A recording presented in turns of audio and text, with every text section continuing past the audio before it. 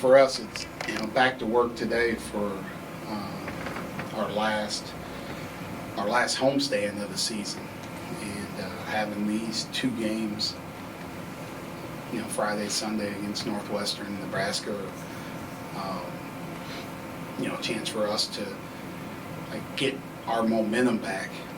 We got to get back to playing well and doing the things that we were doing when we were playing well, and using these 2 games against 2 people that will test you in different ways. But we need to play well in these 2 games, especially with them being our last 2 home games. Friday also brings about senior night, and a chance to really honor the guys who have been a part of this program, for a long time, and the guys that have been a part of this program for a short amount of time. And we made the decision to recognize all, I think there's 7 guys that are, 4th year in college, and I don't know, kind of that decision goes to a little bit towards, you never know what the future holds, and I don't want somebody to miss out on something, right? For who knows why, right? Just give them their just due, and decisions and everything about guys coming back and everything else will happen after the season. So this isn't like finality, but we want to make sure we honor guys. And if you get 2 senior nights out of it, then kudos to you. You get 2 senior nights, maybe you get 2 framed jerseys and everything else that comes with it. So we're excited. I'm excited about honoring those guys, and I hope, I hope our fans appreciate these guys. I know they have, and they will. And we've had people show up and be here for us this year, but Friday's a night for them to, Friday and Sunday, even though Sunday's not senior day, both days to really honor these guys for all the hard work they've put in throughout their time here. Hey Mike, how are you? Good. Do you have an update on Greg Lee and how much he's doing in practice, and do you expect to have him back for this weekend? I don't. It's still day to day. There's good days and bad days. He had met with the doctor again today, so hopefully there's good progress here. And I'll find out right before we start up in practice. So he's progressing a little bit, starting to jump into more drills and do more things. But leading into Maryland, he wasn't game ready yet. So. He's trending in the right direction. He's getting closer, but I don't know. Friday's still a few days away, so things could turn in a hurry, good or bad. So I wish I knew more. I wish we had him right now, because he could have helped us in these last few games. Hey, Mike, thanks for the time. I think before we kind of got started here, you talked a little bit about what having John back meant for you guys, and now that you're kind of on the back end of it, I'm just wondering, from a program building perspective, what him being around this year has done for you. Yeah, it's kind of what he does for us as a total program. So not just in a basketball sense on the court, but also how he does things off the court in terms of just with our program. Not speaking anything about him off campus, on campus, in the community, everything else. Just from a basketball standpoint, I think what he does, the hard work that he puts in every single day with no complaint, right? You play as hard as possible for 5 years, you're going to be hurting, right? It's not easy, and there's days where he's hurting, and to get up and get ready for practice or to play in games takes a lot of effort, but he puts it in, right? Spending extra time in the training room. I walked in yesterday, or maybe it was today. My days run together. But, you know, he's in there in the morning, like getting out of the cold tub and about to go get more treatment. And, you know, he's working on his game out on the court and set, you know, different hours. He's up watching film. He's always constantly trying to get better. But he does it all with a smile on his face. And, like, never a complaint about anything. Like, if he's hurting at all, you wouldn't know it. And that, like, you think about the guys that are young on our team, like Adalian Johnson and Caleb Dorsey, right? They see that on a daily basis. So now they're looking like, well, if I want to be successful in this league, that's what I have to do, right? So they start to model that behavior. And now, as they start to do it next year, you know, we got 5 freshmen that are coming in, and they're looking around and they're watching people to follow, and they see what those guys are doing, and they start to do it, right? And it just continues to manifest itself, and that's how a culture gets built. That's how a great program starts to form. But I don't think you ever, like, I'll say it all the time, right? Like, he was a huge reason for where this culture is going. But he may not reap the benefits of that, but he'll know. And the guys in our program a long time from now will know this is how it started, and it started with John. Did you have an appreciation, a full appreciation for him from afar, or was it something that when you got here, you kind of like, oh, okay, I get it? I think I had that appreciation for him as a player. He reminds me of a kid that we had when I was at Butler, Matt Howard, that just like gave his all at every moment. Like, there was no second guessing or questioning what he was going to give you on a daily basis. I really appreciated that. Like, I you know, purely from a selfish basketball standpoint, like, that's why I wanted John back, right, from basketball. Like, I knew what he could do and how he'd perform and everything else. Like, now that I get to spend time with him, like, he's blessed me this year more as a person than anything that has to do with basketball. Like, him spending time with my family and kids, like, everybody on our staff with kids, like the time that he spends with them, like him just being in the office, like, every day, just walking around, talking, bringing energy, just bringing joy, like,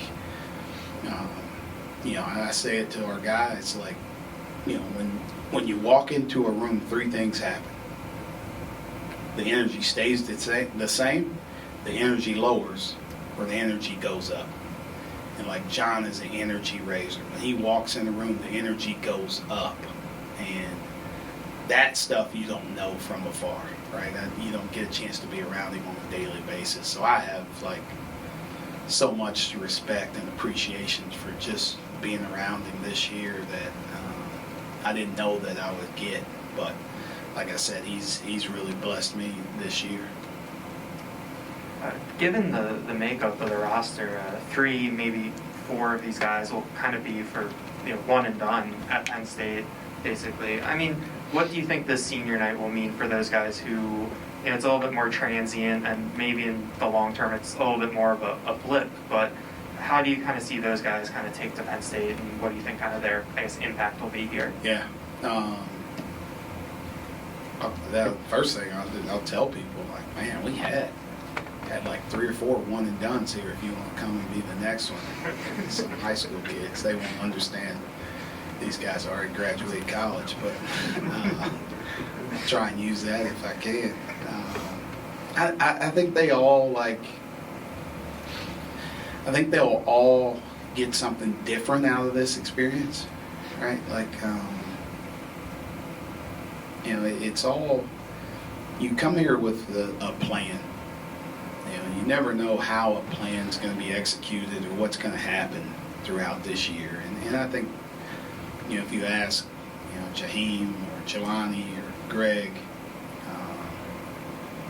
like their experiences have all been different in terms of on the court, in terms of what they've gotten out of this year as players.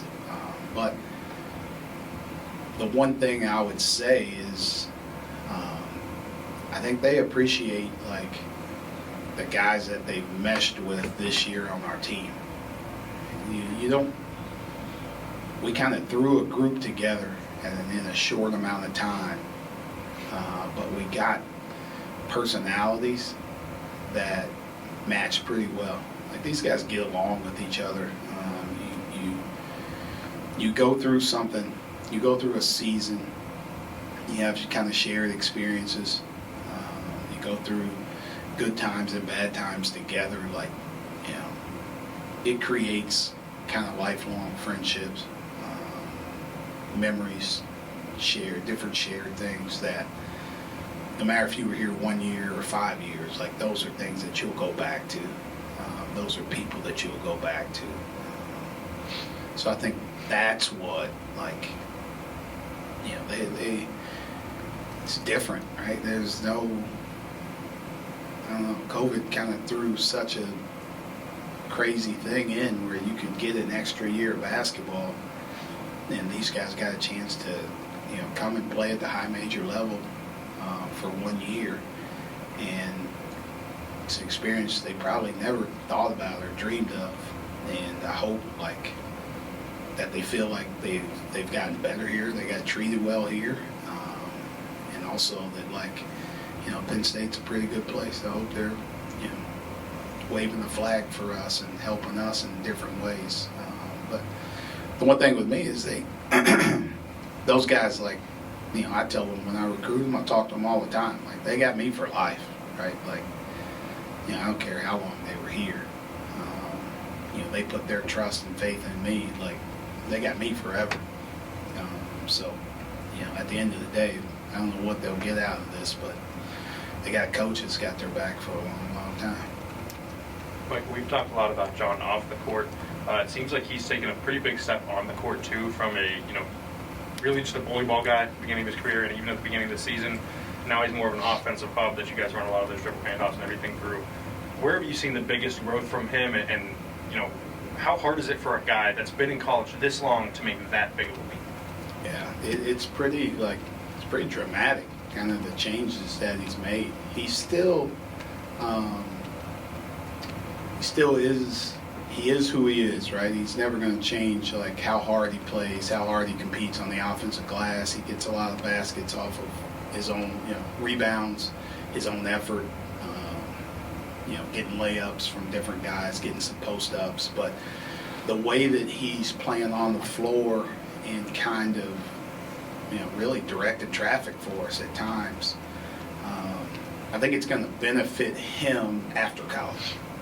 And I think that's what, for him, I think it's really helpful that, he's able to show this, to people at the next level that, I can do more than just be at the rim and just post up the whole time. He's playing out on the perimeter. He looks comfortable with the ball in his hands. He's directing guys. I think he's just having a lot of fun. It's like poor man's Magic Johnson up there a little bit. But I think it's kind of rejuvenated him a little bit too, to be able to do something different. Still play his game, but do it in a different way and still have the same results. So he's gotten better and better as the years gone on. I still want him to shoot that three. I'm going to get one of them out of him here pretty soon. But, because we shoot a bunch of them every day, and it looks good when it leaves his hand. So I'll get one. I'll try and get one this weekend here. We'll do last question. So Seth had 4 shot attempts over each of the past 2 games. Just wondering, is there a reason for that, and is there a plan for him to shoot more as the season comes to a close? Yeah. I think each game was different. Like the Minnesota game, he was a little banged up, so he didn't play as much. So we got him. I took him out. A lot in those stretches, and I just didn't want to. I didn't want him to be out, get tight, and then have to come back in, right? Like I'm putting him in harm's way if I do that. So he sat for longer stretches. The game was in hand, so I wasn't really concerned about it. Maryland played us a little bit differently than people have been playing throughout the season. So they showed us something different where, we weren't able to adjust or adapt to it to really be able to get him more shots. And I think that's some things that, I've thought about here in the last couple of days about different ways to, if somebody does that again, what can I go to get him more touches, get him more shots, get him more opportunities. But hats off to Maryland for playing a different way. I don't know if we'll play Maryland again. I hope not. But I don't know, like tell everybody else in the world why Seth only got 4 shots. But yeah, that's partly their defense and partly us being able to go to some different things to help him. Like I got to help him a little bit better. So it's 2 different. Like I don't think you can group both games together because they were different circumstances. But definitely in the Maryland game, they did a good job. They did a good job. Like Dalian didn't get many shots. Miles didn't get many shots just because of how they defended us. Yep. Thank you guys. Thanks. Thanks, Mike. Have a great day.